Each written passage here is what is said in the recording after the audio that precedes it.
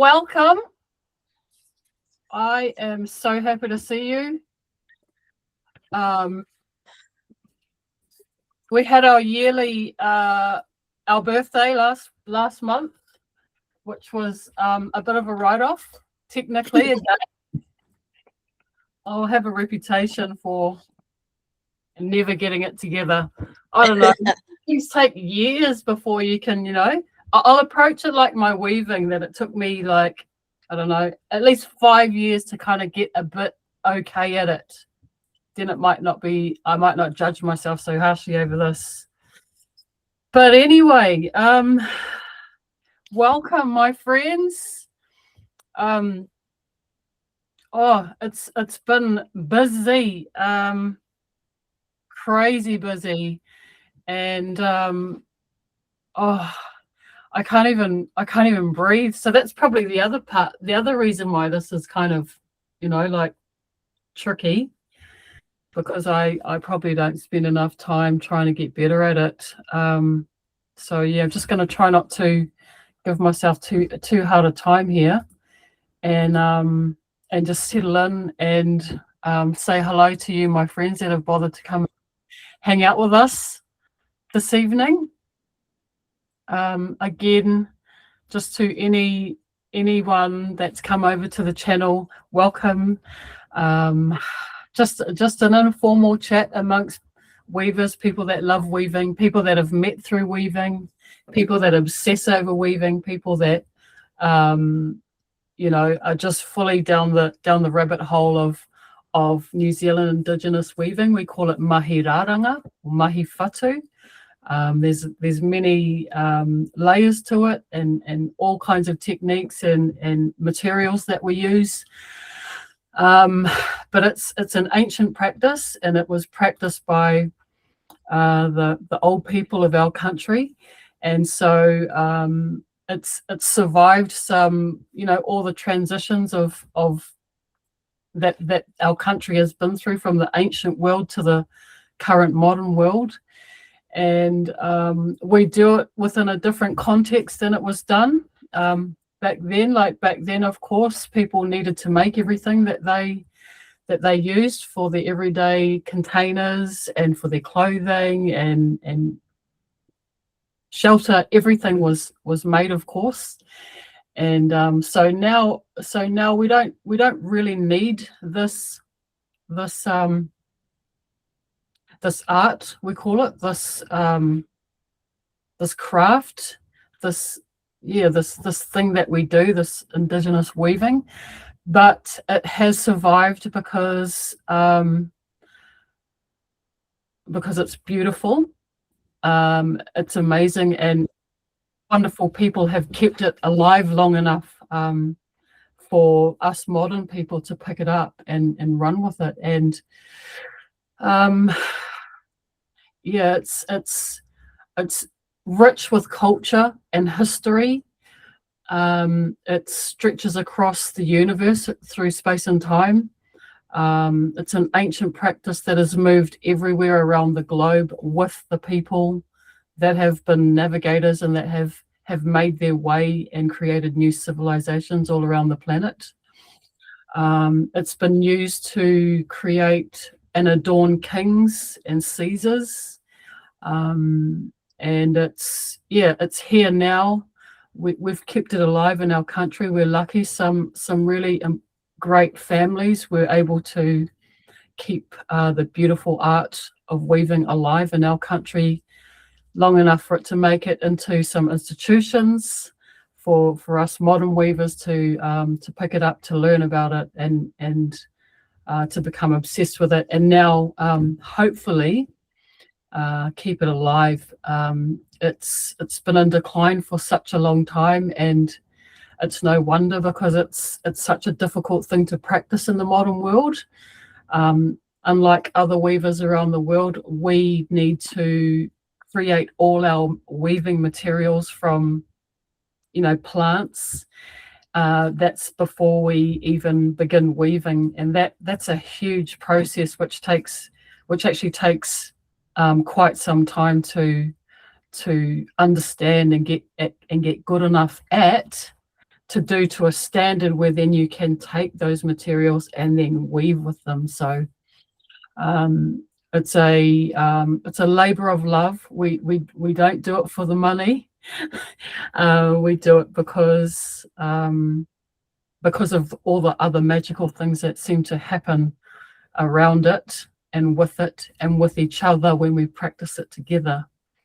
It's a very rich, interesting, magical art and practice. And I guess if you know, you know. If you don't know, you don't know. But we have these chats to help do our little bit to keep it alive, maintain it, so that it goes on forever, and that there's a record of how it's done, who does it in our country, and all the lovely cool things that happen around the art. It's used as a vehicle for education, business, and land regeneration. All types of amazing things come with it. So yeah, we love talking about it. We just, it's our whole world.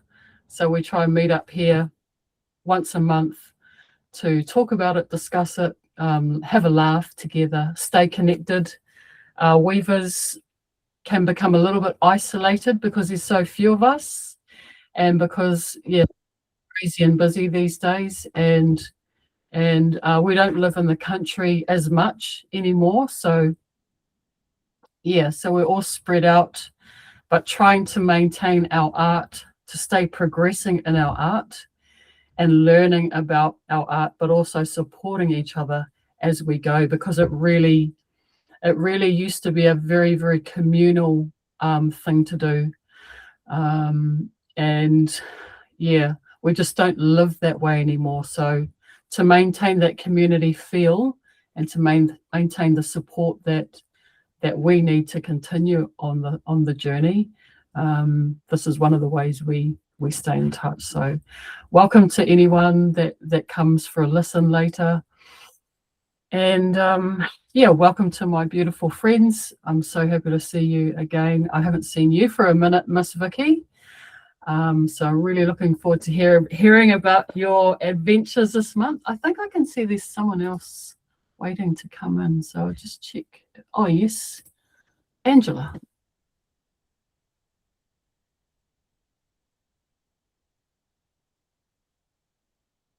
Oh, no, she didn't leave, did she? Oh, well, hopefully she comes back. Yeah, so that's us. So I'm Amber. I've just been learning to do, Mahiraranga, Mahifatu for about 6 or 7 years. I'm very much, I consider myself a beginner. There are weavers that I know that have mothers and grandmothers and great grandmothers that have been weavers. So for me, I'm very much a baby in the weaving world. I'm no expert, I'm no master. So I just want to get that out there and very clear from the start. And I never ever want anyone to quote me as a master or anything. We're just here gassing about Mahiraranga and Harakeke because we love it so much. So any opinions we offer are just totally personal and completely from experience. So welcome. I don't want to say too much else. I'll pipe up again a bit later on, ladies, but I just want to welcome you all. It's lovely to see you. And we celebrated a year last month. I didn't record most of the sound on that one, so abject failure. One would wonder why I keep going, but I mean, that's been the story with my weaving as well. That's probably my greatest strength, is I just don't give up. So who knows, I could actually get better at this one day. Maybe. We'll see. I'll keep at it. But yeah, just welcome. It's lovely to see you, my friends.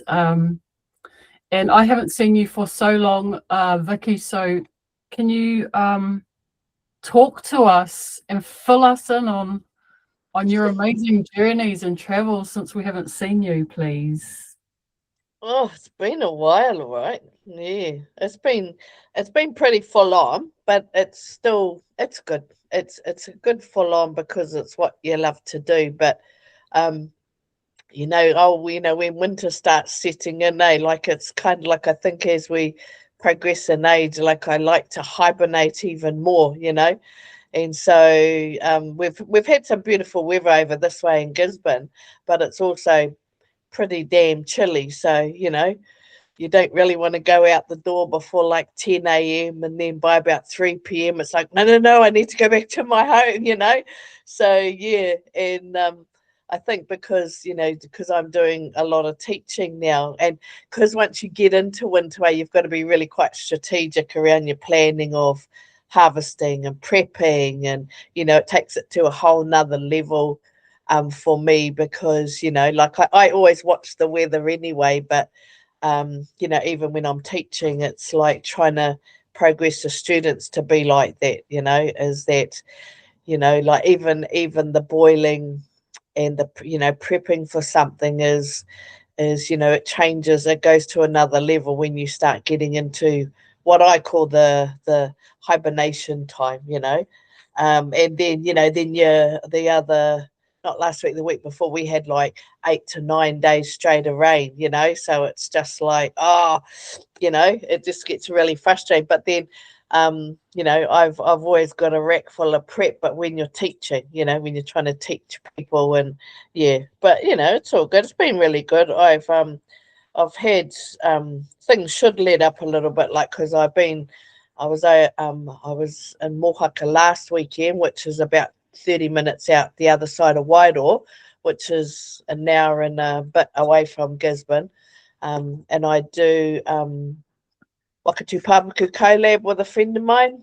And it's just never ceases to amaze me you're weaving, yeah, but it's just what it does to people when they attend those wānanga around a Wakatu Papaku, because on the Sunday we do what we call a mock ceremony. So it's really moving for me, and it's really humbling to be a part of that, because yeah, it is, it's quite life-changing, yeah.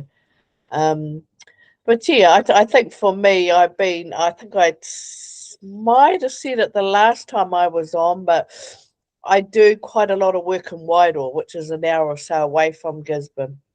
And there's a really upmarket cafe in there. And so the owner asked me to put some of my things and my taonga in there, and it's been really interesting, the corridor that's come back. Like the owner says, people just stand there, like I call it my feature wall, and people stand there, and she said they just stand there and they talk for ages about these taonga on the wall. Yeah, but then in saying that, it's generated a little bit of extra income, which is kei te pai for me. But she wanted to change something in her cafe. She's had it for about a year, but yeah, it's really, I love the conversations that it generates. Just about it, and people, oh, my nanny used to weave, and or I'd love to learn to weave. So it's like, oh, okay, yeah. So there's quite a resurgence over in Wairoa around people wanting to learn. It's really quite noticeable over there. It is in Gisborne, but more so in Wairoa. So yes, I've been pretty full on with that, but really making myself. I needed to bring back a balance. I've been teaching so much. I have realised I hadn't been weaving for quite some time. So I've really been pushing myself back into that space, and made me realize just how much I miss it. The hands-on, the absolute hands-on of just being in my little bubble at home and weaving. So having this stuff in this cafe has been really good. I've set the goal of, once a week to make something. Yeah. So yeah, but other than that, that's probably me, just trying not to crawl into my little cave and be in hibernation. Yeah. But yeah, it's good to see you guys, eh? It's so easy to just rug up and disappear, eh?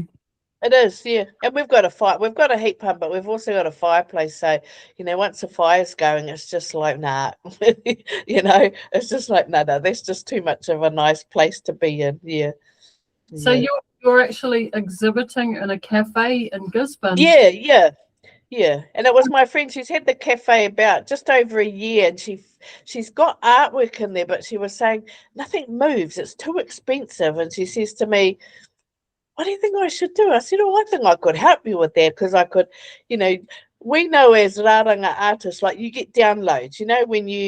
When you are preparing for something, like for me, I get these downloads, and I saw it straight away. I saw this feature wall, so yeah, so I created a feature wall like close enough to the main street so when people look in the window, they can see it. And yeah, so it's I call it a feature wall, but it is an exhibit. Yeah.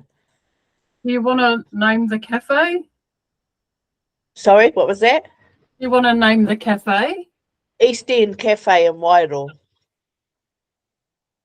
East End Cafe, Wairoa. Yeah. Nice. It's so cool. Maybe you're responsible for the resurgence.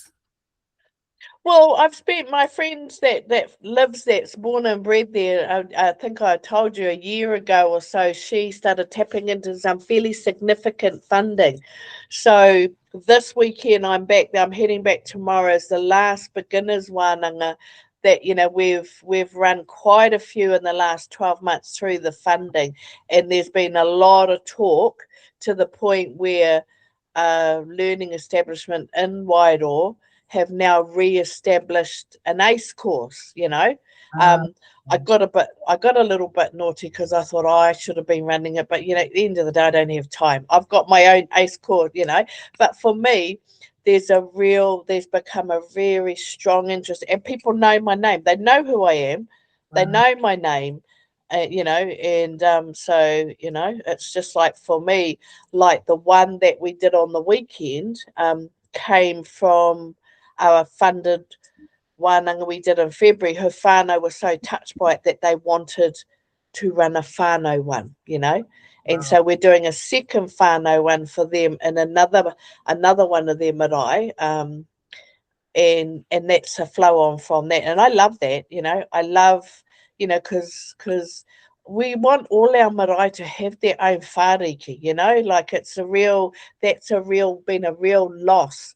But there's a real resurgence over in Gisborne and Wairoa of people wanting to do that. So yeah, so that's what we're doing in June.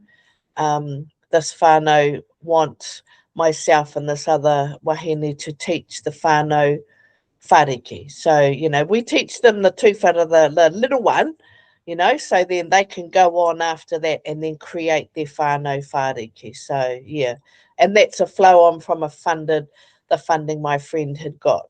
So yeah, but I love it. I love seeing what's happening, because yeah, why wouldn't you want to get into it? Yeah, so I'm happy that I've been a part of that, getting that underway. Yeah, it's so exciting. What you're saying about people having whāriki again. Yeah. And just having it go back out, because it's something that I seem to be talking about with people a bit, around that kind of uneasy balancing it between, well, you have these funded workshops, or you have rāranga in an institution, but is that taking it away from the marae? And there's this sort of concern, I would say, there. I mean, I guess it's up to people to decide how and where they want their mahiraranga to be, and how they want to share that knowledge, have that knowledge. But yeah, it's looking as though a lot of it is more in the institution than it is in the in the marae. Yeah. It's just I mean, I don't get around the country enough, but what I see in Auckland is very much not on the marae, the Mahiranga and the whatu. It's more in the institution. So maybe outside of Auckland, there's more on the marae. But I would, for practitioners around the country and for marae around the country, I would be, thinking about how could I get it back to the marae. And that's exactly the conversation we had with the marae trustees that came. We invited them to come for a meal, over the weekend. So when they did come, it was just like they were just blown away. It's something that they kind of people talk about, but nobody really does. But now that we, like I said, this was a flow on front of funded wānanga we did in February. It was on another marae in Wairoa. And so there was 3 from a particular whānau who thought, no, so this one last weekend was specifically for their whānau, And then this one in June is another offshoot of the whānau that one. And then there's another one that we're just in the planning for July, another one of their marae. So I love it because, you just, it's like go with the flow. I love it because to me, if it can just teach people the art of raranga in some way, then it's all good. But I do often think of that, like what you were saying, and it's I come to the conclusion that it's like it's a personal choice, like I, with that and with the ACE classes I teach, I think to myself, everyone will have their own opinion about like that, and for me, like you, I was not brought up with raranga, not at all. It wasn't in my bubble at all until I, started going to Tawananga. So, but the amount of stories that I have from people, like even these, like I think I've said it before, there's 2 nannies on my ACE course, and they're, when we had the whakawhanaungatanga, they talked about, they used to always, and they're in their 80s, and they remember sitting with their nanny, doing this and doing that, but they're in their 80s and they're trying to learn raranga because it was like they didn't, they had to, they didn't want to learn, but now they're hungry and they're pumping, So I think that's cool, for me. I love that. Yeah. It is lovely. And I'm thinking, a lot because, I've been doing lots of writing, and of course, the overarching theme is the Harakeke, as a model, for me, for everything. So everything I do seems to be, it's about a garden, and so what you made me think of was that, so you're teaching people to make basically handmade coffins out of material that is likely to come from the area where the people come from, which makes people look after care for the land, and also makes them healthy, and it also means that they have $0 for a coffin. Yes, that was the corridor too. There's so many layers of goodness to that learning that you can't even unpack. It's the experience of doing something together for a family, like you said. That will be an unforgettable experience that will serve them forever. And just that connection to that place. Also, people obviously they whakapapa to places, and one of the, for me, this makes sense if you pepeha to somewhere, that it's the land. And why the land? Because what comes out of the land is what clothes us, and what gives us our resources and our riches and our assets, our asset. It keeps us warm, and we are buried in it now, and all things. So I think Mahiranga is, culturally speaking, really high on the ladder of importance when it comes to practicing culture. For me, it's right up there. I'm not saying it's the most important thing, but it's very important, I would say, culturally speaking, for all people. Yeah, so that's really amazing. You're doing some amazing work, and I'm very happy for you. I imagine, yeah, your name will be spoken of very well in the area. And you're always looked after, after teaching all those people all those lovely things. It's a nice way to meet people and to be known, eh? Yeah. Yeah, lovely. Oh, cool. I'll pass the ball on and come back to you, mate. Thank you. It's really nice to see you. I know you've been busy. I missed you a lot last month. Always miss you when you're not around. It's sort of not the same without you, but yeah, good to see you. And you look great. You don't look tired at all. Oh, that's good. Who's next? We haven't seen you for a bit, Miss Angela.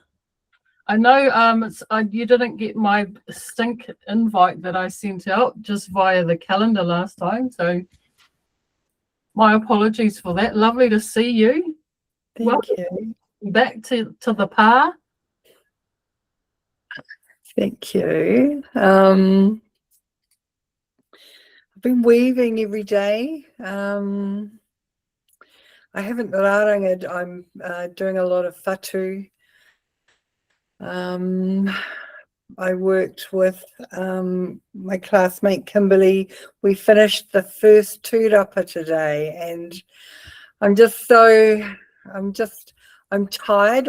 We have been working on it for a while, and to get it finished, the first one, we've got another one to do, but to get it finished was just so satisfying. And yeah, there's just been a lot happening. There's just not enough days in the week for me to do everything that's on my plate at the moment, and then find some time for my family as well. And so, but I'm happy to run with this for now. I'm teaching my first wānanga, which has been a massive learning.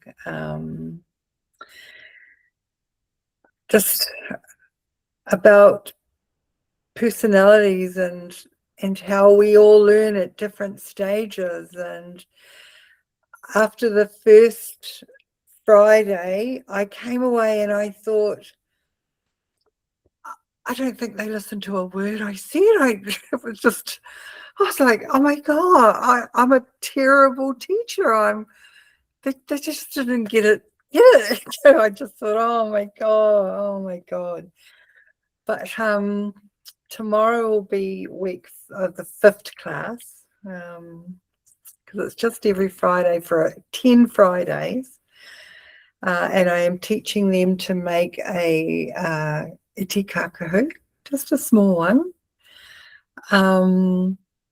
as like a reference book, so that when I'm not there, they can go on and they can make whatever, a big one for their families. But this little one that I'm showing them will have all the steps that they need, just on a miniature. Well, some of these ladies have these huge 240 whenua, and I'm like, oh my God. And you're like, oh no, this is the wall hanging. I don't think that some of them realized, yeah, I don't know. I'm just trying not to panic, trying to trust that it's just going to be what it is, and that I'm not a terrible teacher. I'm learning about how different people interpret the things that you say, because we're all different. But it's lovely. I mean, it's been nice to share and pass on some of the knowledge that I've received. And after we had lunch, I asked them if they would like to hear a story about weaving. And so I told them the tale of Niwarika and Mataora, but I told them that tale with the Manu as the main. It was around, like Mataora needing to get down to Rarohenga to reclaim his bride, but how he was scared, and and he had the kiwi that was looking on the ground and making sure that he was sure-footed. He was watching him, and you had the pecker up in the sky, and that pecker was checking to make sure the way was clear, and he had a tui on his shoulder saying, it's okay, giving him encouragement. And I was saying to them, I want them, because these are at-risk women that I'm doing this for. And so I was saying to them, I wanted them to have a think about who are your manu, who are making sure that your way is clear. Who's your manu that is reassuring you on your shoulder that it'll be okay, and who's your manu up in the sky making sure that your way is clear, and checking to make sure that your path is open. And then I wanted them to have a think about whose manu are you? Because we are all a manu for somebody, aren't we? And I had some women in tears, and it was just a nice way to bond with I just noticed there was a shift in I've got 9 students, and then there's myself and my daughter as the facilitator. So there's 11 of us in this group. And it was really nice to feel really comfortable with one another after that little exercise. I'm not sure what that was. I just wanted to tell them something, do something different rather than just listen to music and people are talking and yakking, and those are some of the things that used to happen randomly for us. Somebody would tell us a story, and we love story time. We couldn't wait for story time, and just how those legends and those things can open up, I don't know, give you a different point of view in your weaving, and so that was really nice. So that, yeah. What else? I don't know. Yeah, just busy. Good. Good to be busy, but yeah.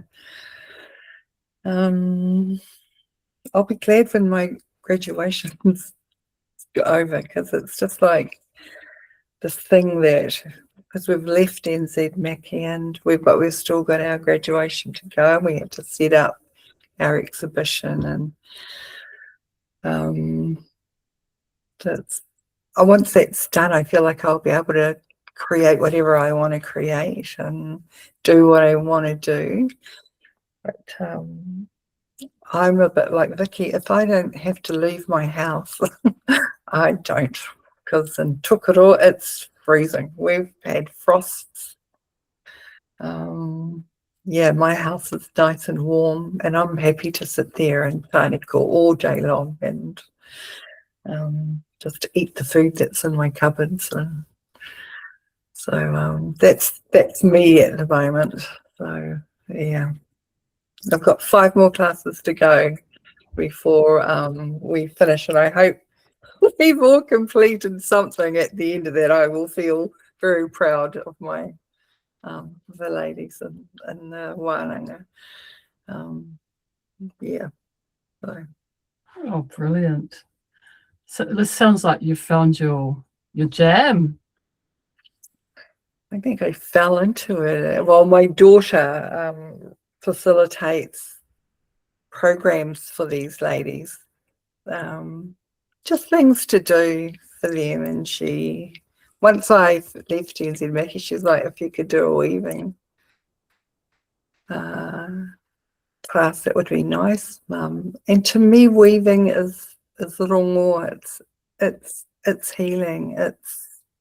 So why wouldn't you do that for, especially women at risk? You know, they've been through some really hard times, don't have a lot of trust, and don't have a lot of joy. You know, to make something is it's like an achievement for them. You know, and so.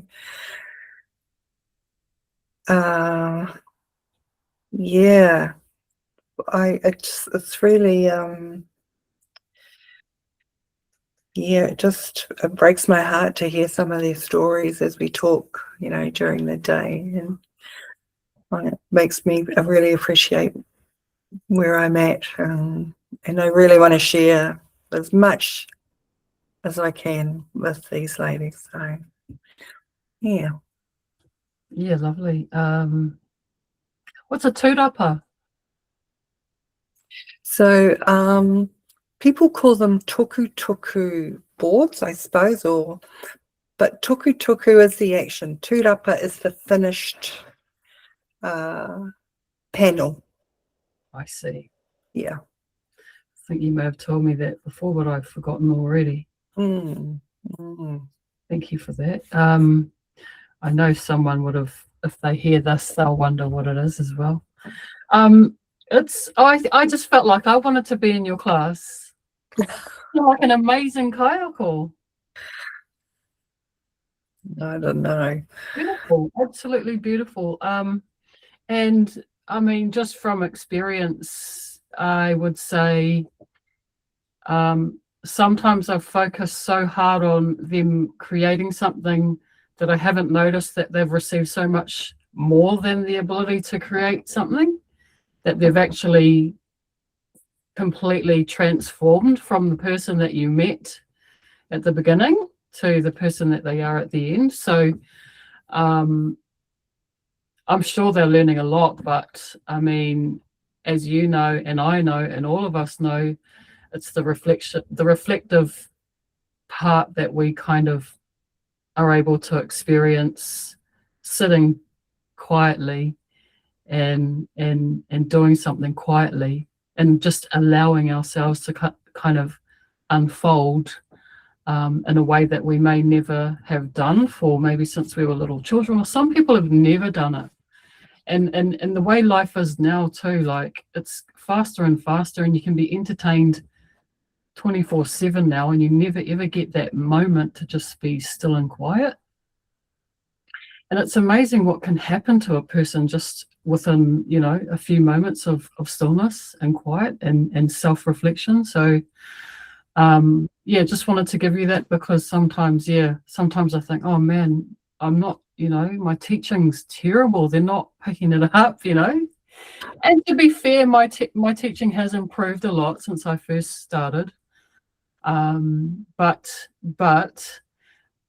yeah, students of Mahiraranga, I know this for a fact, they get so much more than learning to weave something, so much more, and it often reorients them and restarts them a whole new life. So you'll probably hear about it later, you know, when you bump into these people and things, you know, and they tell you. But I often still have students coming in, even after just 1 year or 2 years of further weaving, they come back and they're just transformed entirely.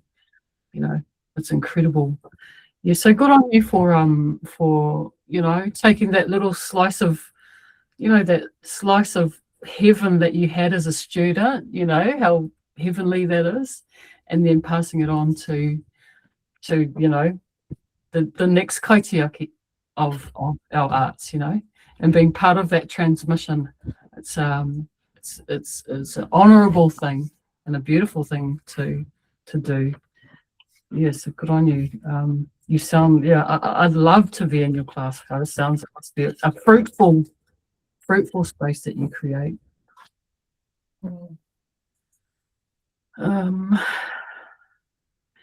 How are you, Katrina? I'm good. I'm tired. It feels like all of us would just kind of snuggle up and hibernate and never go anywhere. Yeah. Yeah. I'm not going to use the M word or the A word or anything, but yeah. I wanted to ask Vicki. You said at the end of the Wananga on the Waka Tupapaku that you Yep. do a mock ceremony. What does that Yep. look like? Do you wrap something or someone or? Oh, we make out of a sleeping bag, and that we make a mock body.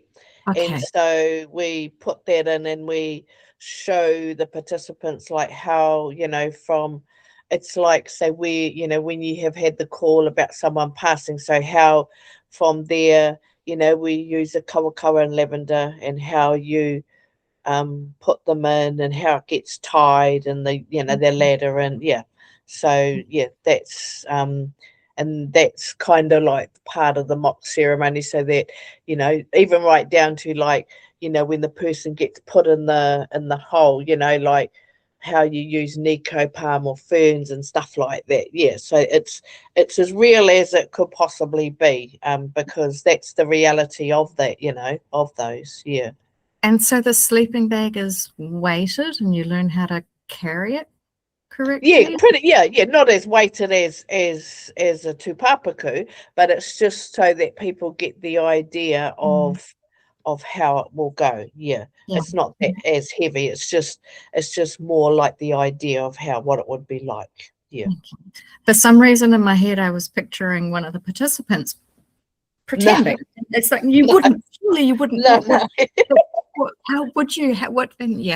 And the other thing with that, Amber, you were talking about how people,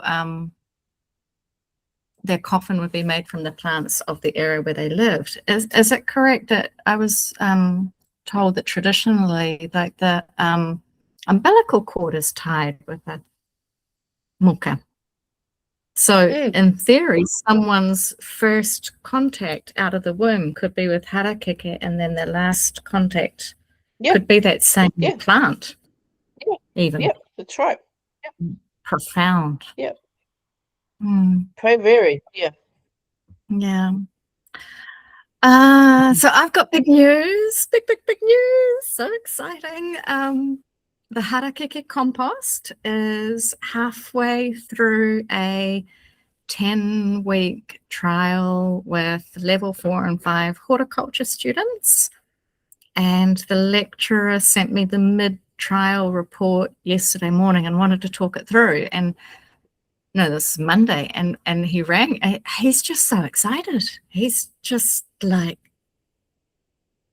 it's phenomenal.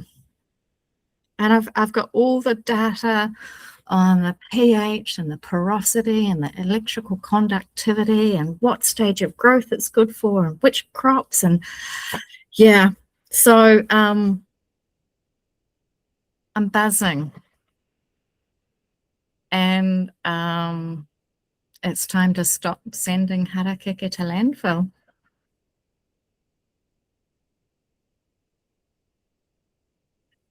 So as soon as the trial is finished and the level 4 student has written her report, we'll publish it and get it out. And then one of my colleagues in Waiuku with the Marae, Grace, she wants us all to go to a deputation to the Franklin local board, where she's already booked to go and talk about the huaparakore and the growing. And so it's like I said to her today, let's bring huaparakore to the city council, like waste management done beautifully. So the ebook that I wrote on Harakeke composting expanded from a 2-page download to a 22-page booklet, and I'm now selling it. It's going all over the country. I've got a friend in Wales with a copy, so I've now got to rewrite it so that it's suitable for people in the UK, to include more of like the tikanga and the karakia in the background, and because I think I wrote it for people who were weaving and knew how to harvest. And I've got a workshop booked in the middle of July at the Waikato Waldorf School to teach Harakeke composting, how to look after a Harakeke plant. So that's cool. And I think that's most of the news. In terms of the weaving itself, I've done my first kete whakaaro. And yeah, Vicki, one of the previous meetings, you said how like sometimes even if you have a rough day, you come home and you look at something you've made and you like, I need that. Yes. Like, Yes. looking at this, I just like, wow. Because that's that's the beauty from within that no one can take, or and that's what I teach, is that exactly that. When we even had it over the weekend, one of our participants had made one of the whāriki for the Wakatu Pāpaka, and she was really downing herself, and the other facilitator caught her chucking it in the rubbish. So when it came to the ceremony, and I said to this participant, I says, because we've all been through it, right?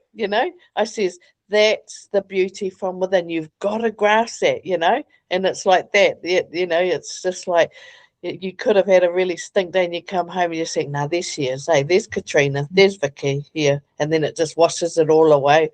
Yeah. Yeah. So very, very happy. That is so cool. And a question to the group for someone who may have a insight. Within biodynamics, each of the plants be planetary alignments. And I'm wondering if there's a planet associated with Harakeke.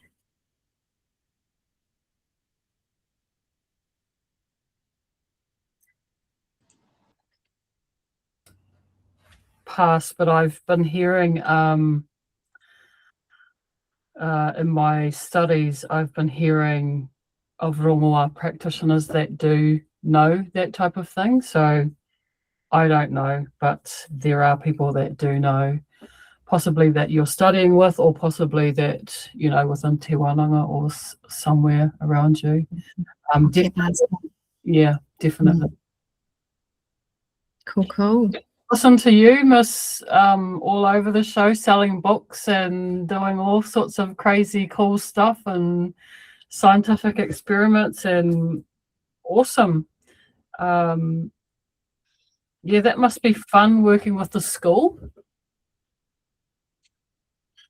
Yeah, actually, it's not with the Waikato Waldorf School. It was with Earth Stewards Farm, which is next to the school. So it's the same land, but they've got Harakeke around the market garden, and the kindergarten kids go walking through. So it'll probably be with the school parents and the farm customers and the farmers. Yeah, well, you're just on fire at the moment, aren't you, buddy? Everything's working out by the sounds of it. No, it's not paying the rent, but other than that, everything's working out. Oh, well, hopefully that comes next. Mm. Can't be far off. Can't be. Amazing. Ebooks and all. I love that it's connecting everything up too. Everything seems to be aligning. It's like some sort of a weird weaving project where it's like this fenner and that fenner and this fenner, and then over here, and I can't see what the final thing is, and maybe I'm just one of the fenner and I'm not controlling anything, I'm just being woven in. Yeah, there was a planting day in Tuakau by the river, and the school kids, the teachers asked them what they wanted to see in the sort of new space, and they want a swing rope. And I kind of nudged them and went, we could make that out of Harakeke. Whoa. How long would that take? Not long. It's doable, eh? Yeah, but yeah, it's totally doable. You'll figure it out. Watch the stairs.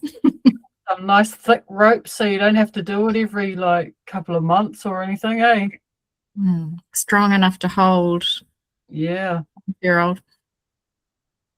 yeah. Fun. Awesome. Okay, well that's just too much, Katrina. I'm a little bit speechless with all of that. I was thinking that too, and because I was thinking like, like last year, I remember listening to you talking about, like the starting of the composter, I thought, oh, this is going to be cool. And I'm sitting there going far out, from that corridor to like now, and I've been stalking you, and watching that, and then I saw your kitty, and then, when you talk about your book, it's like, damn, girl, that's amazing. I'm also struck too by how everyone pretty much is teaching. Like that's interesting too. And it seems to be, I mean, it's kaitiakitanga, isn't it? Yes, yes, yes. Yeah, so everyone's sort of doing their bit to, pass on the teachings, keep them, reinvigorate them, get them out to everyone, make sure everyone knows that there's this amazing plant called Harakeke. And Because even that story you said, Angela, with those wahine, like I wrote that down, that really is quite profound when you talked about the Manu, for me, I've written that down, like who is your Manu, and things like that, because it made me think of those wahine last year that had just come out of prison that I taught them, and the corridor from that still stuck with me, because like the impact of something to me was an hour workshop, and it was like you just don't know how, like that story you told, how much of an impact, for me, it's like that one wahine that didn't stay in any of the workshops but mine, I just think, wow, so we're not just weaving, right? We're actually sowing those seeds, sowing those seeds of transformation, like with these wahine, and that's like, I think of the weekend, these two whānau members that they were so disconnected from their marae, but through this wānanga they reconnected. So you just think, oh, I'm just doing what I love to do, but it's so much more, so much more. When you were talking just then, Vicki, I was thinking about that whakatauki around the bellbird, Hutia te rito. Oh, yes. And the birds, that whole tikanga around not cutting the korari. Yep. And because where will the bellbird or the bellbird thing, or where will it eat? And you also spoke about sowing seeds, which is what birds do as well, isn't it? Yes, yeah. Yeah, so there's just this there's a visual of the Harakeke, the korari, the birds, and it's funny, but it's, for me, it seems to be the model, like the model of life. And I can see myself in every part of the Harakeke. Like I'm the soil, I'm the Harakeke, I'm the rito, I'm the mātua, I'm the manu, I'm the seeds. It's I don't know, it's just the most perfect model to express everything. It's like the essence of it, like I can't help myself. Even on the weekend, I met a couple of people that said they used to be weavers, and they haven't woven for years, and I go, and it breaks my heart. So I have to ask, I have to say, what happened? Why? Like, because to me, it's like, you know, even through some different events, like I've always gone back to it. So these amazing conversations come back around, you know, like that, exactly like what you were just saying, Amber. It's just like, oh no, why are you not weaving? You have to weave because it will heal you, you know. Yeah. And so that's what I thought when you said that, Amber, because you are, right? You're just in every part of it, you know. And so for me, when I hear people say this, like, no, I have to get you back into it. It's because, like, and for me too, because I'm writing. So assessment 1 was model of understanding. Now the assessment 2 is model of practice. So I'm sort of looking at how I do things, and it's so cool to clarify and refine how you do things, because you see yourself a lot more clearly. But it's just so, what it is distilled down to is so simple, you know. It's just so simple. And it's so, you know, I love simplicity. You have to simplify things if you weave. Weaving is like a lot, eh?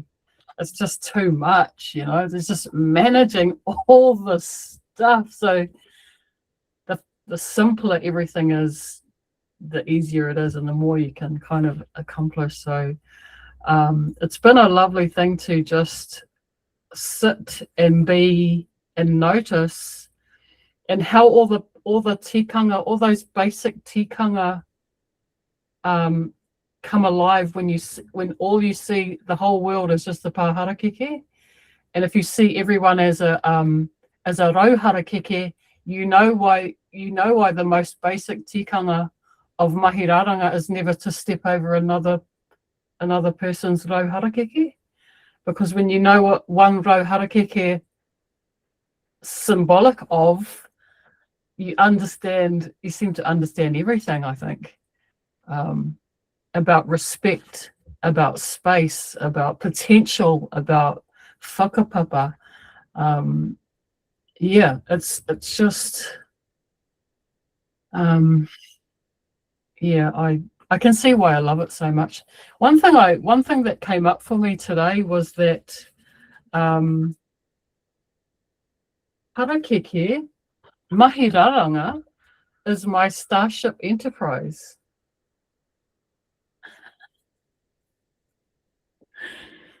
And also that rangatira, they wear their korowai, or whatever it is they're wearing. Rangatira are adorned with the riches of their lands. And the kakahu exemplifies, or symbolic of, the weavers, the land, the resources, the relationships, their cohesiveness of those relationships. Yeah, to me, the kakahu, that those rangatira. And it also made me think of, you know, all kings and Caesars and all of them that were adorned with mahiraranga, symbolic of the riches of their lands.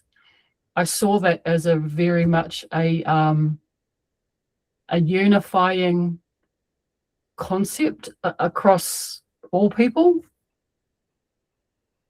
and an example of, if you see a leader that's is adorned with the riches of the land, then you know something's working in their lands or in their country.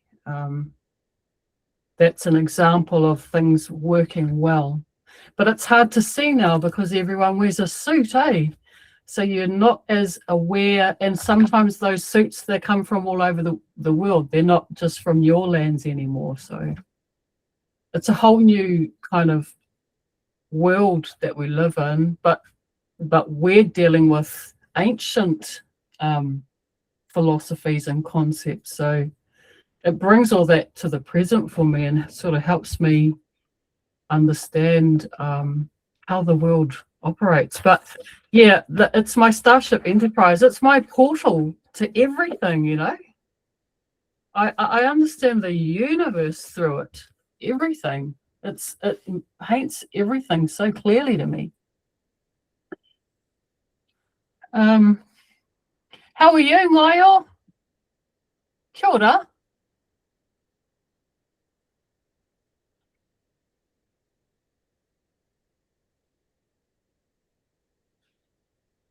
She's on mute.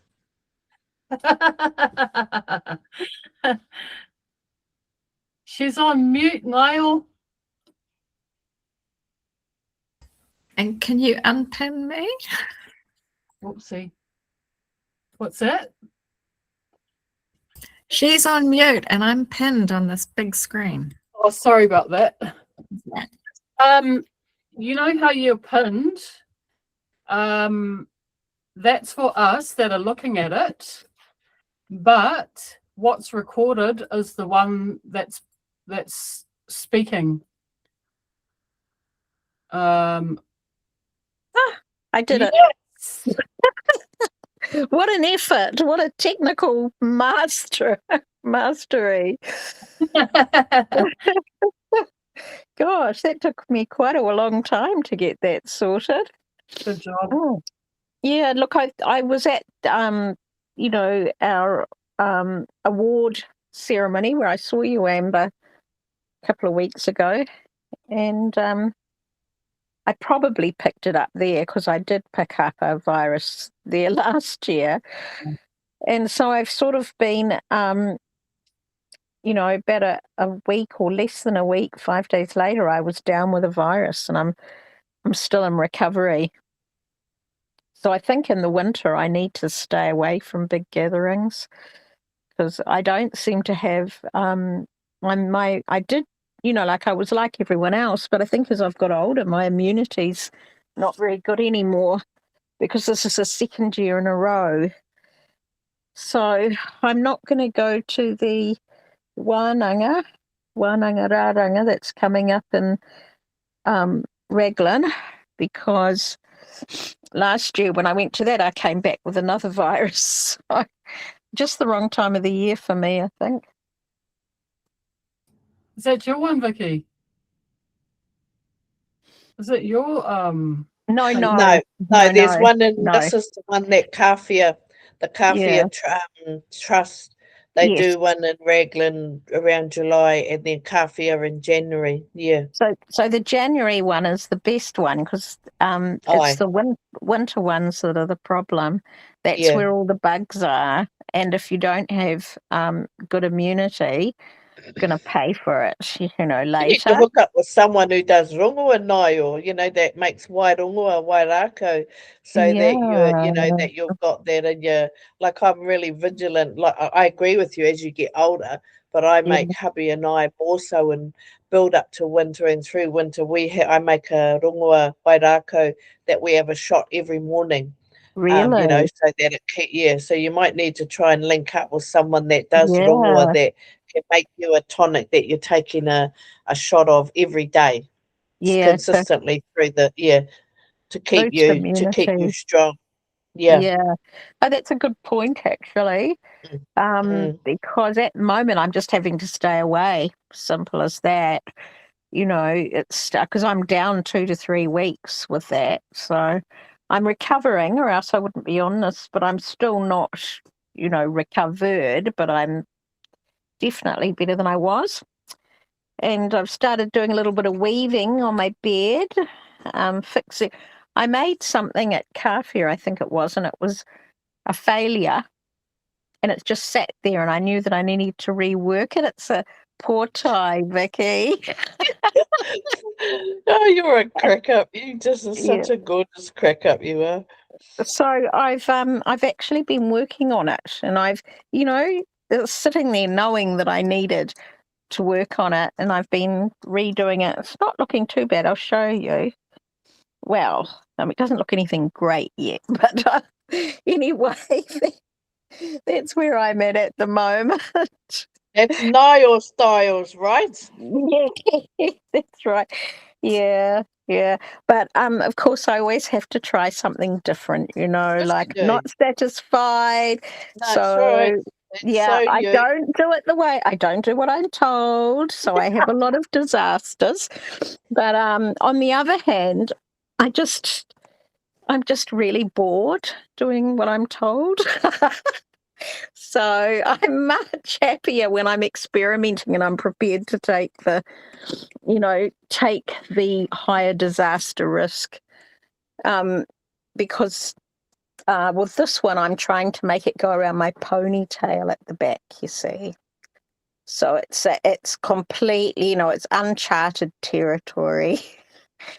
And it's okay for it not to be successful. If I just wanted success, I would do a stock standard portai. Even then, sometimes I'm not successful. But I'll show you I think I did show you, didn't I?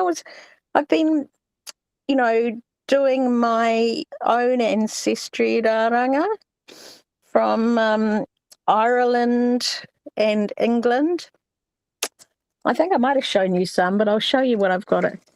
I'll show you this is a sort of a satchel, and it's done in my Irish English style raranga with different plants, basically whatever I can find.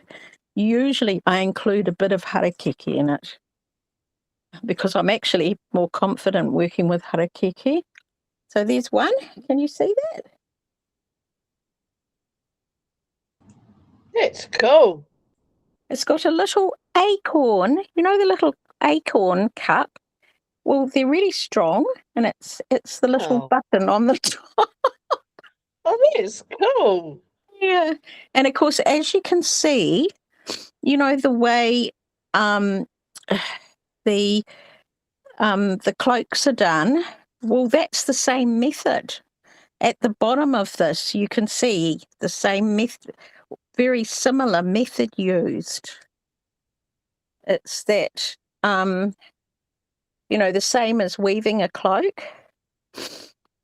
And of course, there is a little bit of diagonal, but not on that one. You can use a bit of diagonal, but it's more as a decorative part rather than a structural. It's more vertical, horizontal is your structure, and then you might get it like a panel of diagonal, but it's really just there for effect. So the whole structure of it's vertical, and it's quite different to work with, vertical and horizontal. And here's the other one. I think I might have shown you it before. Can you see that?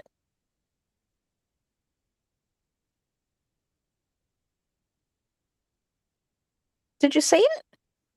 We did. Beautiful. Well, you can see how similar that is to a cloak, hey? With winding the plant around. Like taniko around the vertical, like warp and weft kind of thing. Yeah. Too. Yeah. So you made those, Ngaio? Yeah, I taught I sort of just went online and found out what I could. There's a few Irish, English, and Scots, the Welsh, because they all live so close together, they're weaving stuff past, in ancient times, they did pass around there. And I think Europe as well, because, and the Baltics, Norway, and I think there's a lot of movement between them back in the day. And yeah, so, but if there may be a culture somewhere in the world that doesn't have raranga, but I don't know of it. Like I have never yet found a culture that does not have the most ancient art of raranga. It's just that it differs a little bit, it differs significantly between cultures. But so I'm sort of doing my own, and just sort of, but it's a slow thing because I'm on my own with it. But the neat thing about it, one of the really interesting things about it is that different tools are recommended. And so some of these tools I've been able to, it's helped me with my rāranga Māori as well. Like when you get into a sticky place and you can't thread something, then the English Irish stuff has got special tools that you can whip in and pull it and all sorts of things. So it's been quite handy. And I've also discovered a material I didn't know about, and it was traditionally used by Maori, and I only found out about it accidentally because I was trying to find something similar to what the Irish and English used in theirs, and I found our New Zealand equivalent, which is very close. It's not exactly the same, but it's very close.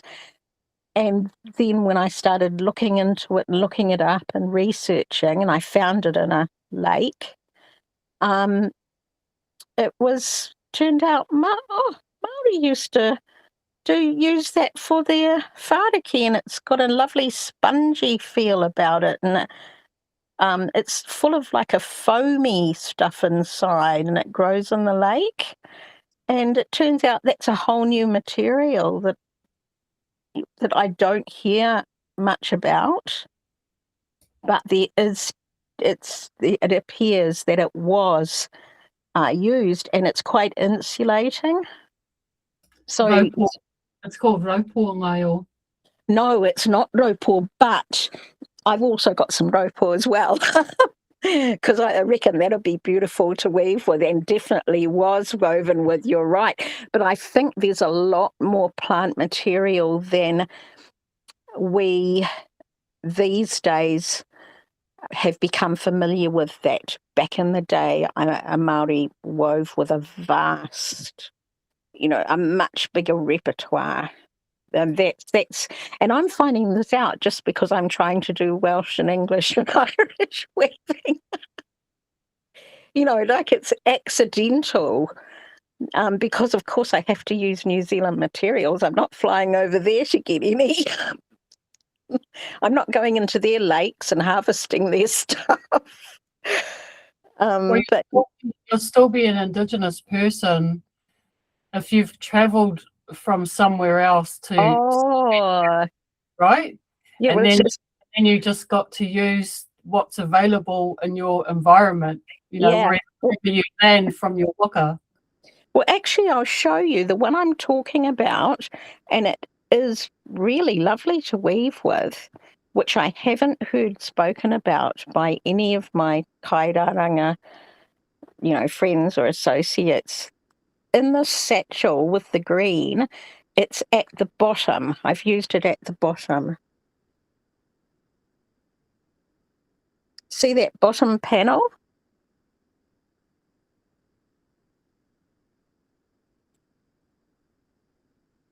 Did you see it? I can't see whether it's that stuff there.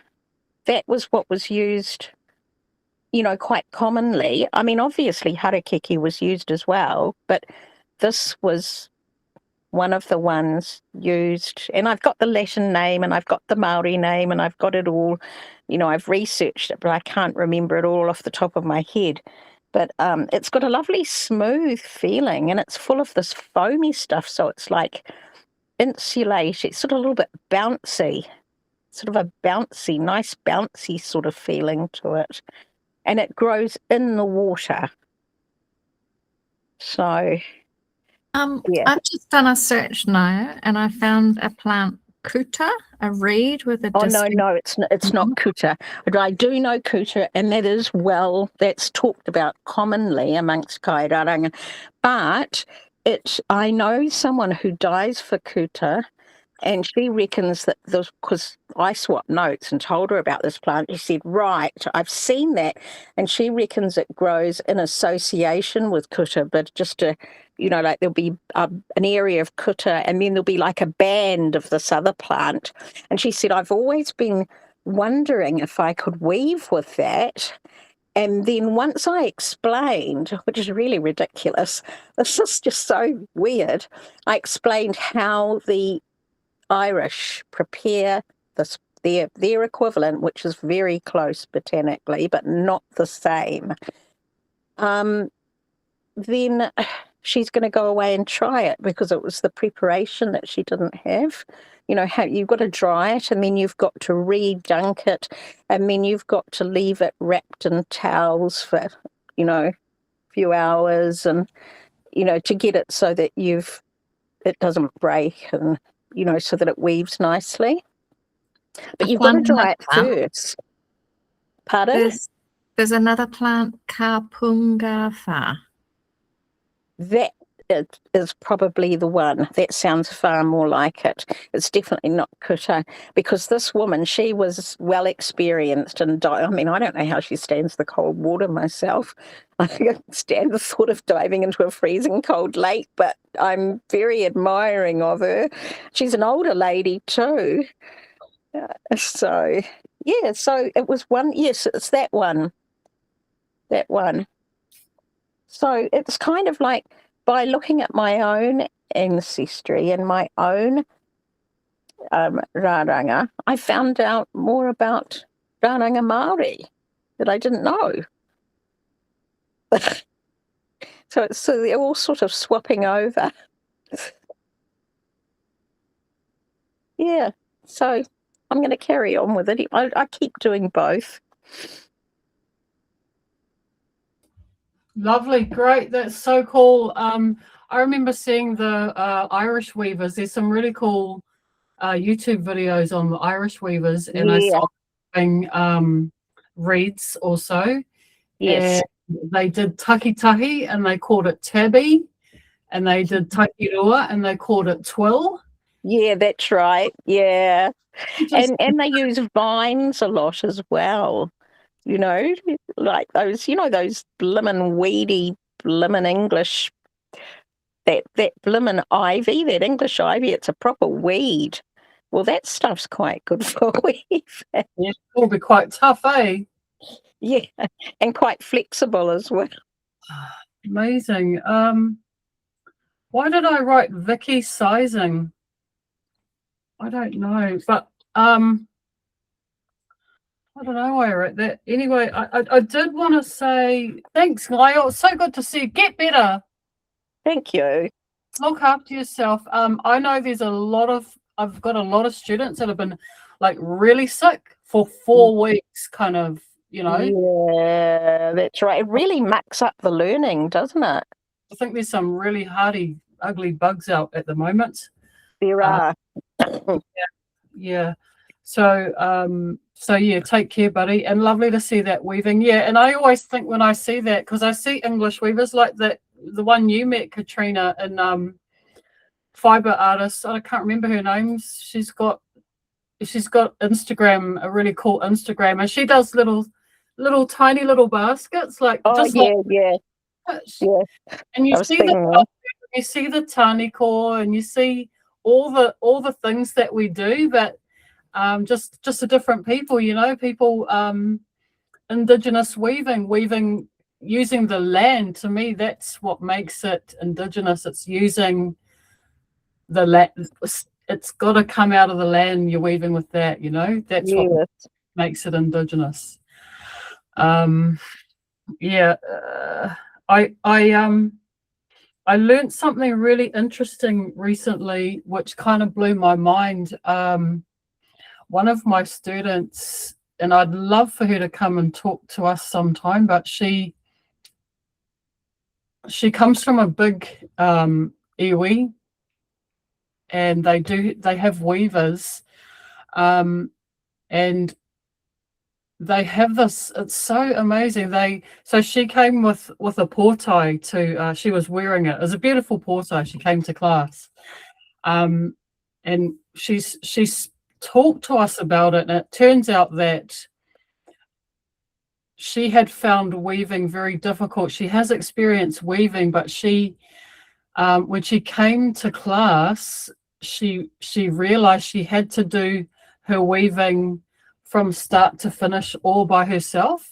And this was a new thing for her, because where she comes from, there's a production line. Wow. And so, yeah, so someone will do the papa, and then someone will do the crown, and then someone will do the brim. And so you never necessarily know how to do the whole thing all by yourself. And it kind of blew my mind, because again, here I am teaching in an institution, you know, and I don't know any of these things. These are Marae things that I don't know about. And so I guess, you know, it was kind of earth-shattering to me to hear that people do things this way. And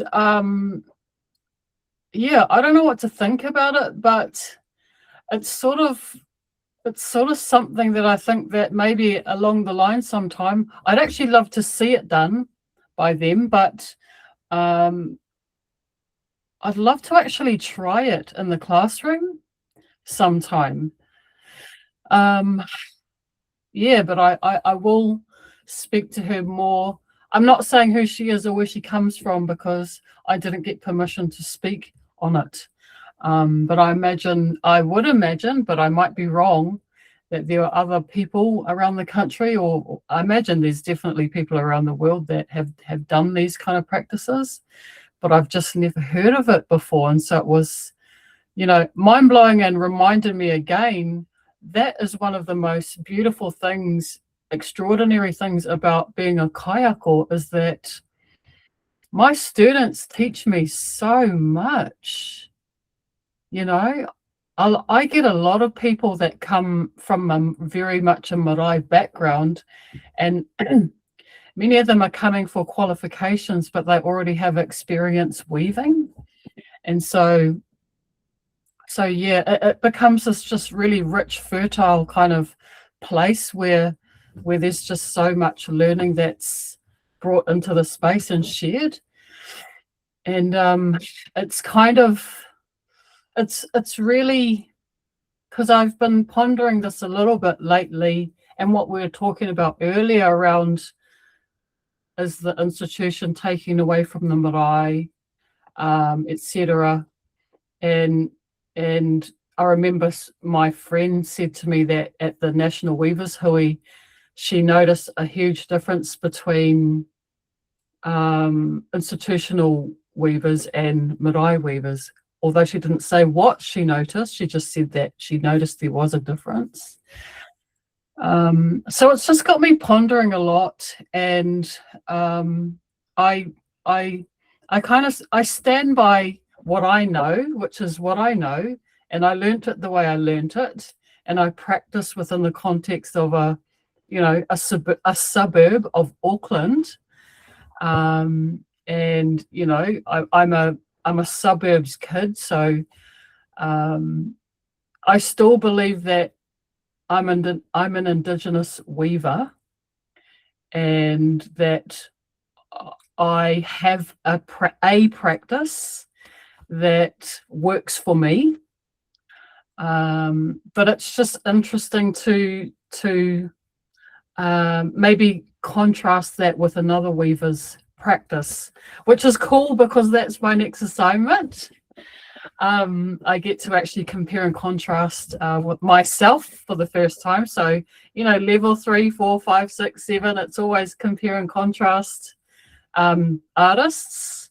But now I'm actually the one that is being, you know, I have to compare and contrast my own kind of practice with another. So yeah, it's just a kōrero. It's an ongoing one. I really appreciate the people that, you know, sign up to do my course, because yeah, it's just crazy how I sort of feel like I get so much more out of it than they do a lot of the time. But it's an interesting and ongoing conversation for me around institution, marae, suburbs, you know, context, I suppose, and maintaining the dignity, the richness, the history of what we have, and caring for it so we can hand it on in the best shape possible for our, you know, our next generation. always wanting to do my bit, so yeah, I guess any kōrero on that or anything else? We've got a little bit more time. We've been on I think that like still reflecting back on the weekend now. I was even though this was a whānau orientated wānanga, I've got these connections with service, so I managed to tap into some pūtea to help with the running of it, which was a real blessing. But something really struck me, because there was registration forms, feedback forms, all that.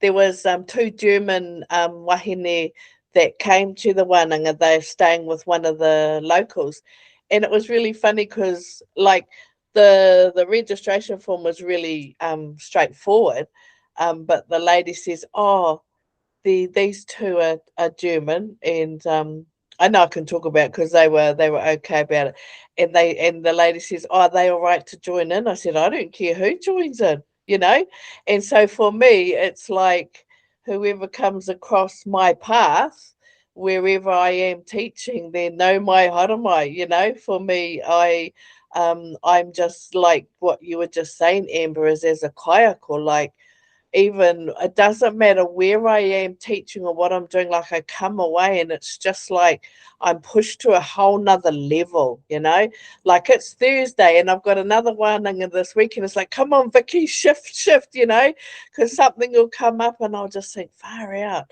so I totally what you're saying, Amber, about like, like for you as a kaiako, and that, like the impact that you have and what your students teach you, is just freaking mind-blowing sometimes. It really is. And like I said, it's like when I have back-to-back wānanga, it's like I spend the whole week processing and going over and looking, and then it's just like boom, it's like like for me, I say to myself, the day I stop learning is the day that I got my angel wings, because you've got to retain that openness and that, but I was really blessed, like for me, I really don't care who it is that's in my space, and that's not in a derogatory way. It's just like if people are there, then learn, just be open to learn. And the impact on these 2 wahine, they stayed the whole weekend. The impact and their feedback was like, you couldn't help but cry, just the impact. And it was just like, wow, their lives will never be the same. And that's what I love, that's what I love, coming from a whole different culture. But I just thought it was interesting that, the lady they were with asked that, and I just said, oh, okay, nah, that's all. I'm all good with whoever comes along. You just got to keep doing what you love to do. Yeah, you just don't know who's going to come into your space and that's right. they're going to share with you, what you're gonna gain from it. And those stories, Angela, like for me, like my goal this year was about that being wairua driven, listening to that your wairua, when you get those downloads, put those on paper or draw them, or so for me it's like, Angela, when you talk about those stories wherever I am, even again over the weekend, some of the, like, people go, well, how come you're so natural around death? I said, well, we're born, we get a monthly, we get menopause, we die, I says, we've got to start normalizing this kōrero, and I, it's, we've just got to start normalizing it, because some people have become so fearful of it. So but yeah, is she there? Is Andrea there? Also Yes, I am. I just also, and what you're saying too, because the learning space is so incredibly fertile and so full and intense, like you said, processing time, you it's almost like you can't even be with people, because you just absorb so much. Yeah. and it really it has to settle. It has Yeah. to settle. You Yeah. have to stop and remove yourself, because you literally some kind of like, I mean, you are the whariki, you are the portal Yeah. Yeah. in the space. I don't know how it works, but it's something really I always make the Monday straight after Wānanga on the Monday. Like I don't book anything in. Like I literally just shut myself in at home. I might go for a long walk down the beach, but I have to, because that's kind of like, it's just phenomenal. I make that stand now, unless it's something absolutely urgent, exactly like what you've said, Amber. I have to. Yeah. yeah, I won't even look at a computer for 2 days actually. No, it's right. Yep. Not one email or anything for 2 days after. No, agreed. Yeah. Yeah. Yeah, it's powerful, and it Yeah. is. It's, I don't know what it is. It's in the environment itself, in the weaving, Yeah. the one environment. Something happens that doesn't happen anywhere else Right. in the week Correct. Yeah. for people. Yeah. And it shifts things, and they're able to open up in ways that they're never able to anywhere else. And yeah, it's hard to you can't really say what it is. It's just what it is. It's crazy beautiful. But yeah, it requires recovery time. You actually do need to recover from it, because it's so it's full on. Yeah. Yeah, sorry, Andrea, what you up to? Are you doing any work, or are you with us? Well, I've just left work. I'm driving home, so hopefully you can hear me all right, because I'm having to shout into the speaker. So, well, I haven't nothing as exciting as you guys, I have to say. Because I literally have just been working on my tuka panel. That for part of my assignment. So I've managed to complete that. So we've got Noho this weekend. So I'm hoping to actually get back into weaving some harakeke, because I've enjoyed doing the panels, etc., but I really miss the harakeke. So I'm actually itching to get back into doing something. I probably can't remember how to do anything at all, because it seems like to have been forever since I actually weaved anything remotely, with Harakeke. So so it's a watch this space maybe this weekend. I don't know.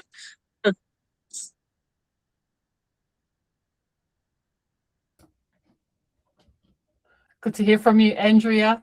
Have we got plans this weekend? Well, like I say, I've got the NoHo this weekend, but on Monday, hopefully, the little group of people, or some of the people that we've got in our little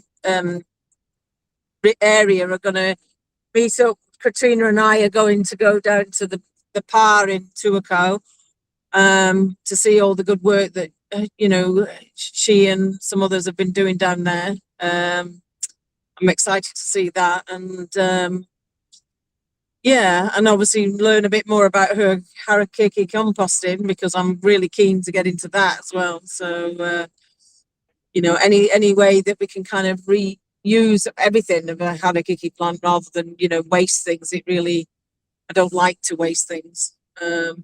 So yeah, quite excited, I suppose, in sense this weekend's quite busy, really. Can't For wait. Well, I'll see Monday, you. we're weather dependent on Monday, right? I'm just opened the weather app and there could be some rain. Yeah, well, exactly. It is a bit weather dependent. We'll probably have to let Jane know that. I might just put something on the chat, just to say that if the weather's rubbish, then clearly we won't be doing it. But, We'll check in Sunday afternoon, maybe.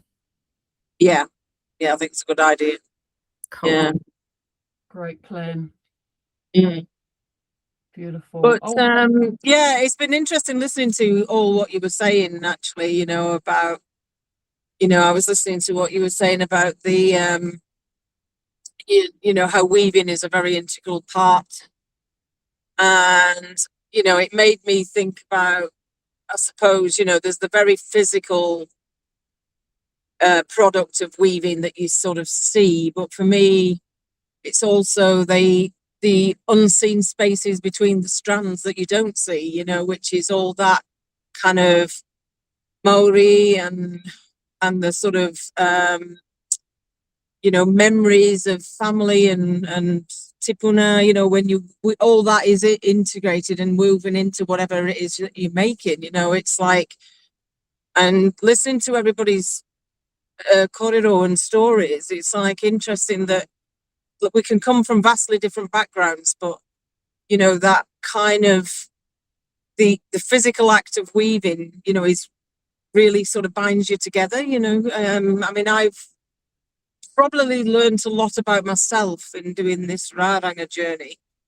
I've certainly cried more than than I would in, you know, at various points, because, you know, what I've found in, you know, in meeting these amazing wahine, you know, is that at, you know, 10 o'clock at night on the nohos or whatever, and you start talking about life, love, and the universe type of thing, you know, it's you kind of get really, you know, your hands are doing something, but you're kind of binding yourselves together in such a beautiful way, you know. It's like it does make you vulnerable, but it kind of makes you strong as well, you know. So yeah, that was my kind of take on what, you know, Angela was saying about the Manu as well. You know, I was like, oh, that's a beautiful metaphor.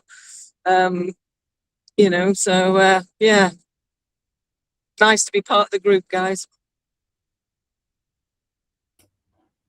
oh, Andrea, the scientist. I know. That's my problem. My creativity doesn't come out too much because you know, I am like you say, I'm a scientist. I'm very logical, so it's very hard for me to be quite emotive, you know. And I'm English, you know. We don't do emotion. You know, we're supposed to have the stiff upper lip, and you don't let any of that go. You know, it's like. But yeah, I have found that I have been more vulnerable, I think, is probably the best way of describing it. Yeah. Yeah, lovely. It's really lovely to hear that Raranga's had that effect on you. Lovely, mate. It's interesting how, like, you know, I was in my late 40s when I came to Raranga, but I became a different kind of New Zealander that I wasn't before. Yeah. Well, this is it. I mean, you know, I'm slightly older than 40. I'm, you know, in my late 50s, but yeah, exactly that. You know, you come to some things late on, but I don't think it. And it's a bit like what Vicki was saying about, you know, she doesn't care who comes to her, you know, to learn. And I love that. And it kind of reminded me of Rangi Marae Heta, you know, because she was very much of that idea as well, that, you know, the knowledge, you need to keep the knowledge going. And, you know, if you hold on to it so tight, you know, that nobody learns anything outside of a Marae or something like that, or an iwi, you know, that knowledge can sometimes die, you know. And it's like, if there's people out there that, you know, are willing to embrace it and actually learn it properly, you know, in that sense, that that's the way things live on, you know. So yeah, it's for me, like you know, you were saying about the institutional learning versus the Marae, you know, for somebody like myself, I wouldn't have an opportunity to learn if it was only within a Marae set of setting. So, you know, so I'm grateful to the institutes for allowing me the opportunity to learn. But along the way, you know, you do meet people that are from different iwis and Maraes, and you know, you things like going to the Kafia and stuff, you know, just learning. As you know, I met Vicki there, obviously first time I went, and you know, it blew my mind, you know, just you know, just people just working on whatever they're working on, and they're just willing to share and, you know, and kind of keep the whole, you know, weaving alive, really, in that sense. So yeah, I suppose that's my take on it. You know, I wouldn't be given the opportunity to learn if it was only done within a Marae setting. So it's nice to know that, you know, somebody like myself can actually learn as well. So yeah. Yeah, that's so perfectly said, Andrea. And really, the institutions are very lucky that someone like Rangi Marae saw things the way she saw them. Otherwise, generations of us would never have ever even got anywhere near this, and it probably would have died.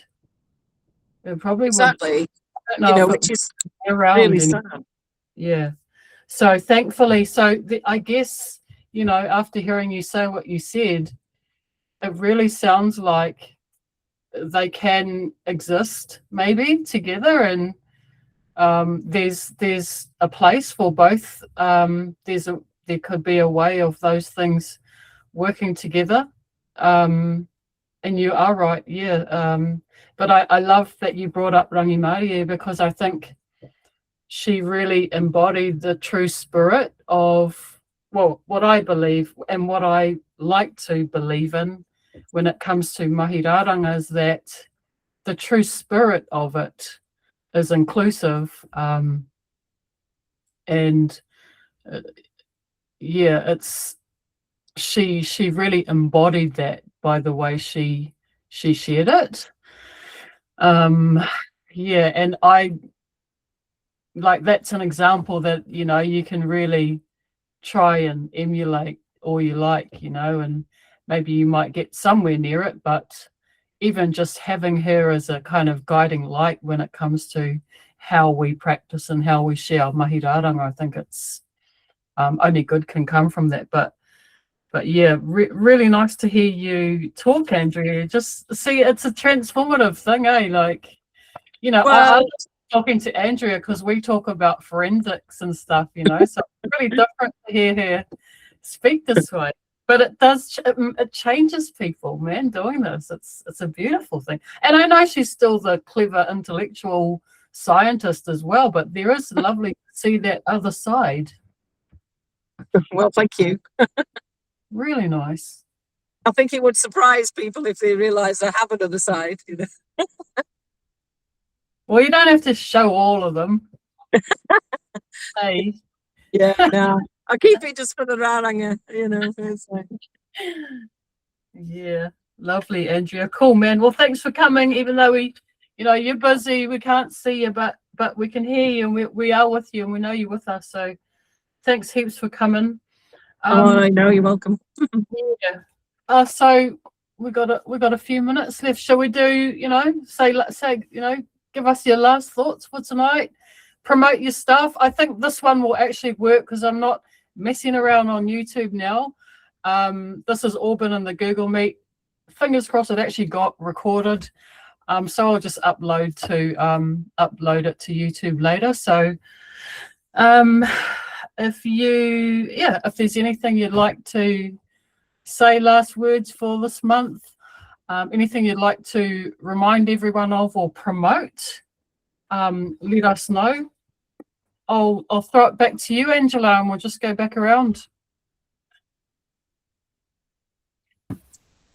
Yeah, no, I don't have anything that I want to promote at the moment, unless it's to wish everybody, good health in the cold weather, and, you know, good journeys with your weaving. And I look forward to, I'm grateful to be here and share in your stories and hear what everybody's doing. And then I'm also grateful to be able to share my own, because it's always good to see it for what it is when you share it with another group of people. And so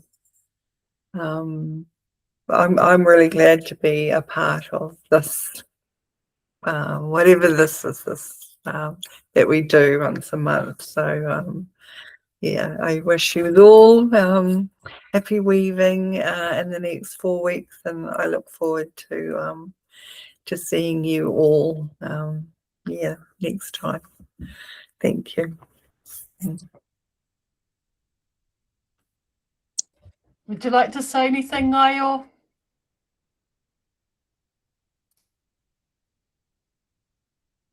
We can't hear you, buddy.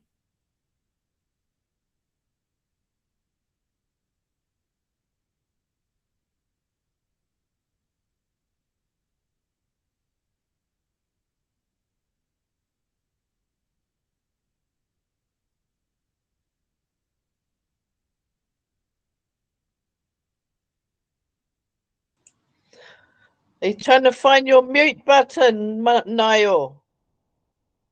I did it. There we go.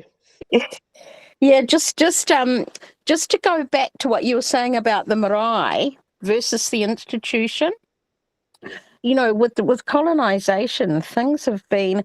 If we start getting narrow and say that everyone who learns and every Maori person who learns has to do it on the marae, you're going to end up with massive chunks of people left out, hey? And that's just ignoring non-Maori. Don't even start there.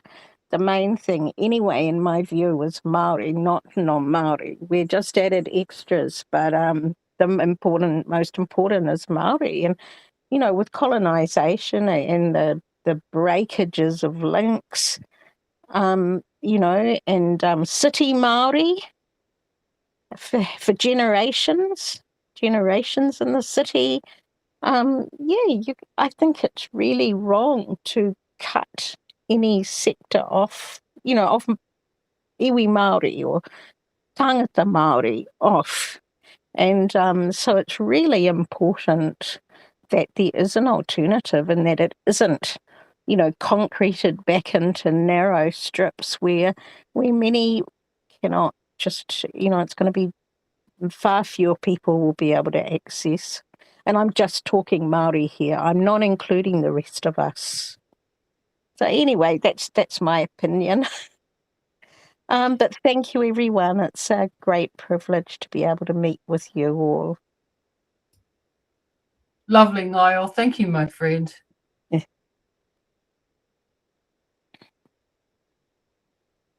Katrina, any last words, my mate? Yeah, final words. Promote the Auckland Botanic Gardens Harakeke tidy up on the 30th of June, 9 till 2:30. Bring a plate for lunch, and I think it's really lovely for us as weavers to support the work that they do, and help out with that sort of annual tidy up and get together. And then from my perspective, I'm approaching a whole bunch of different organisations and city councils and Harakeke and schools, and they don't believe that Harakeke can be composted. They're like literally calling me crazy lady.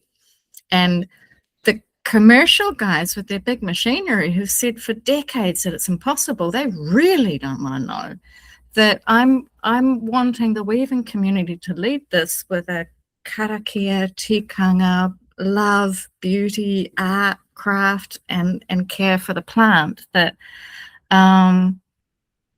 upskill, please, anyone watching this. And if you don't know how to compost yet, then find someone who does. And if my colleagues in the compost community start coming to me saying, people want to know how to compost Harakeke and I don't know, then we all upskill, and we call on the city councils to upskill and to bring the weavers in to lead the way in terms of pruning and trimming and caring. And you know, maybe there are songs and things that we can weave as part of that. But I would love for it to be a fun challenge and not a smelly, dirty chore that Katrina's forcing on everyone.